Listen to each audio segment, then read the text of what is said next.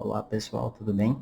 Ontem eu abri uma caixinha de perguntas deixando a critério do pessoal sugerir algum exercício que houvesse dúvida na execução, qualquer coisa que eu pudesse ajudar com relação à prescrição de treinamento e correção de movimento propriamente dito.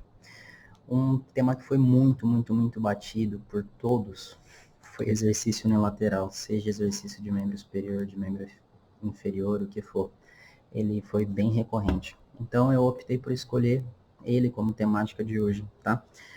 Antes disso, eu quero lembrar que com relação à postura, o exercício unilateral ele vai alterar muito o seu centro de gravidade. Você vai ter que distribuir a força do corpo por inteiro em somente um segmento do corpo. Então acaba sendo um pouquinho mais atenuante para que ocorra algum desnível, algum desbalanço de movimento enquanto você estiver executando o exercício, ok?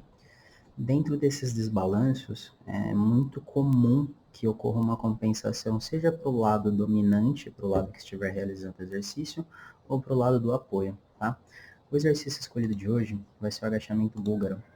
Vamos analisar ele um pouquinho. É de fundamental importância já no início do movimento que você ajuste uma distância adequada entre o quanto você vai se posicionar do apoio, no caso o banco, para que não fique nem muito próximo e nem muito distante, porque isso vai ser muito importante com relação ao equilíbrio do movimento.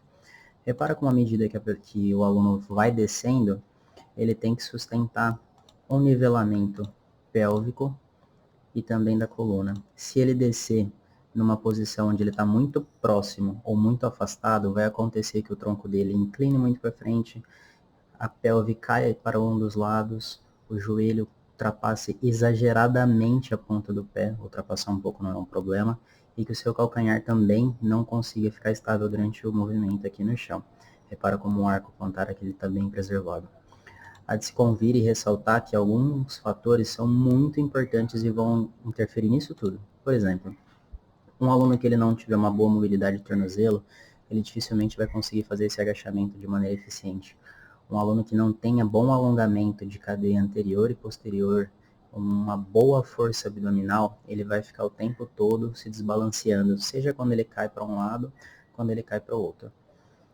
Então, é fundamental quando a gente for escolher algum exercício para o seu cliente, que você tenha primeiro uma avaliação para saber o que ele consegue, o que ele não consegue fazer naquele momento, e também na hora que você estiver fazendo uma prescrição de treinamento e acompanhando ele diariamente, você sabe como corrigir.